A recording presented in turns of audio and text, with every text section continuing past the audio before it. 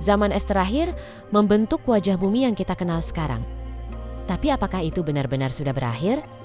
Atau bumi masih bisa kembali membeku? Sekitar 20.000 tahun lalu, bumi berada pada puncak zaman es terakhir. Lapisan es raksasa menutupi Amerika Utara, Eropa, dan Asia bagian utara.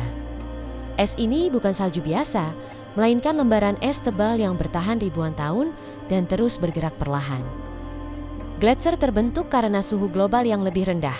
Salju yang turun tidak mencair sepenuhnya saat musim panas, sehingga menumpuk dari tahun ke tahun dan berubah menjadi es padat. Ketika gletser bergerak, ia mengikis permukaan bumi, membentuk lembah berbentuk U, memindahkan batu besar, dan mengubah bentang alam secara permanen. Zaman es juga mempengaruhi lautan.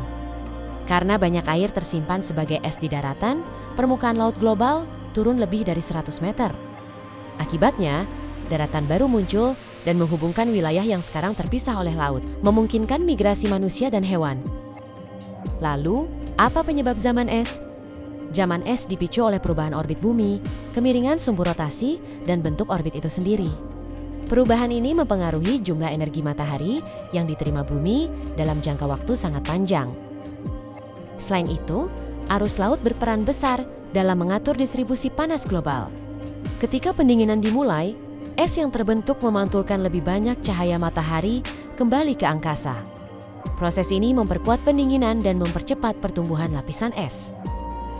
Apakah bumi bisa memasuki zaman es lagi? Secara alami, iklim bumi memang bergerak dalam siklus glasial dan interglasial. Namun kondisi saat ini berbeda. Aktivitas manusia telah meningkatkan gas rumah kaca, yang justru menaikkan suhu global. Akibatnya, meskipun siklus alami masih ada, zaman es tidak akan terjadi dalam waktu dekat.